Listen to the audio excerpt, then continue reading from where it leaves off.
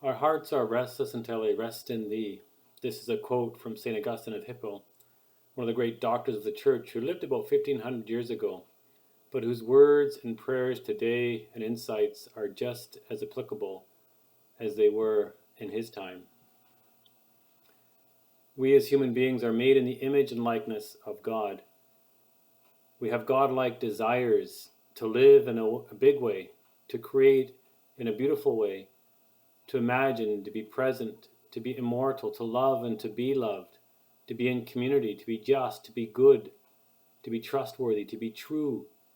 These are all God-like desires in our hearts because we're made in the image and likeness of God.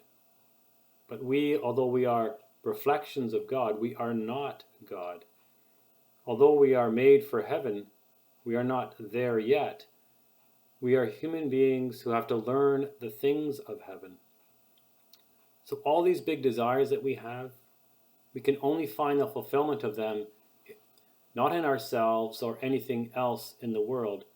These big desires we have can only be fulfilled in God and by God Himself. And until they are, our hearts are restless.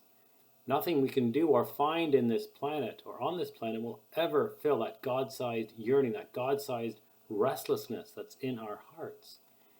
And so this requires humility, this great virtue of humility, to be humble enough to admit that I, as a human being, do not have the wherewithal, the capacity to satisfy myself, nor does anything in this world have that capacity to give me perfect happiness.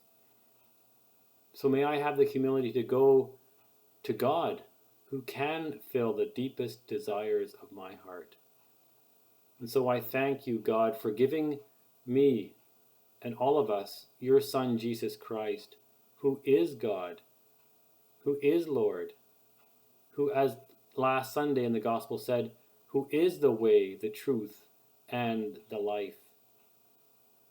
May each of us find Jesus, come to know Him, and finally and fully trust in Him to show me and to show all of us the way to perfect happiness, the fulfillment of all my desires. And so, like St. Augustine of Hippo says, I truly believe that my heart will indeed only rest. It'll always be restless until it rests in Thee, O God.